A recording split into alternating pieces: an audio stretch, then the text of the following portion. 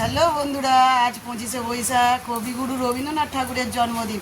তো কবিগুরু রবীন্দ্রনাথ ঠাকুরের জন্মদিন উপলক্ষে আজকে কুইলিদের স্কুলে নাচের অনুষ্ঠান, রবীন্দ্রনাথ ঠাকুরের গানে নাচের অনুষ্ঠান। তো কুইলিকে সাজানো হয়েছে আর ওর মায়ের এইমাত্র আলতা পরিয়ে দিল।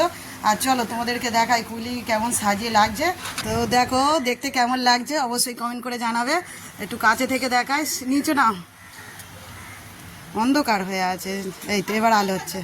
এই তো কি সুন্দর লাগছে, আবার খোঁপা করেছে, একটু ঘুরে দেখাও কত বড় খোঁপা হয়েছে। তো আবার আলতা পড়েছে খুব ডিজাইন করে সুন্দর করে। তো কুইলিকে খুবই সুন্দর লাগছে। কোন গানে নাচবে একবার বলে দাও তো। তো রবীন্দ্রনাথ ঠাকুরের খরবায়ু গানে নাচবে, তার জন্য রেডি হয়ে গেছে। তো স্কুলে চলে যাবে 8টা থেকে। আর এদিকে সীতমা দাঁড়িয়ে আছে। তো ওদের স্কুলে অনলাইন ক্লাস হচ্ছে, তাই স্কুল বন্ধ আছে, তাই জন্য আর অনুষ্ঠান হলো না। কুইলি যাবে, রেডি হয়ে গেছে, রেডি পড়বে। গুড মর্নিং বলো। ভালো লাগছে সেজে।